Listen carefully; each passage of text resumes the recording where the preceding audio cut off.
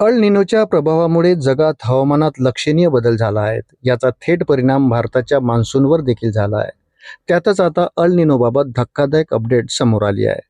Pacific महासागरात काहीतरी भयानक घडत आहे, ज्यामुळे जगभरातील शास्त्रज्ञांमध्ये चिंता निर्माण झाली आहे.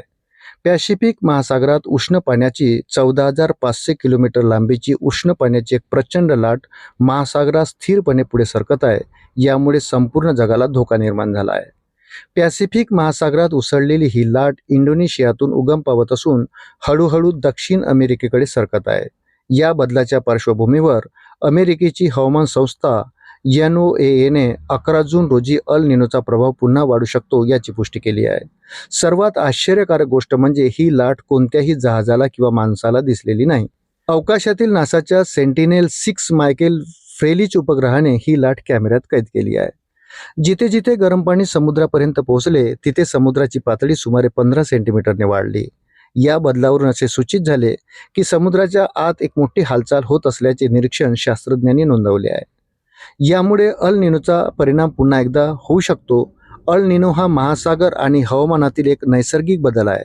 सामान्यतः पॅसिफिक महासागरातील वारे उष्ण पाणी इंडोनेशियाकडे ढकलतात, ज्यामुळे थंड पाणी दक्षिण अमेरिकेच्या किनाऱ्याजवळ येते. तथापि जेव्हा हे वारे कमकुवत होतात किंवा त्यांची दिशा बदलते, तेव्हा उष्ण पाणी पुन्हा पूर्वेकडे सरकू लागते. यालाच अल निनो म्हणतात. शास्त्रज्ञ उष्ण पाण्याच्या या लाटेला केल्विन लाट म्हणतात. उष्ण पाणी थंड पाण्यापेक्षा जास्त जागा व्यापते, परिणामी समुद्राचा पृष्ठभाग किंचित वर येतो. यामुळेच उपग्रह हा बदल सहजपणे ओळखू शकतात.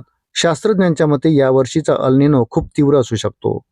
NOAAच्या मते पॅसिफिक महासागराचे तापमान सामान्यपेक्षा 2 अंश सेल्सिअस किंवा त्याहून अधिक वाढण्याची 63% शक्यता आहे. असे झाल्यास तापमान वाढल्यास त्याचा परिणाम 1997 आणि 2015च्या शक्तिशाली अल निनोसारखा असू शकतो.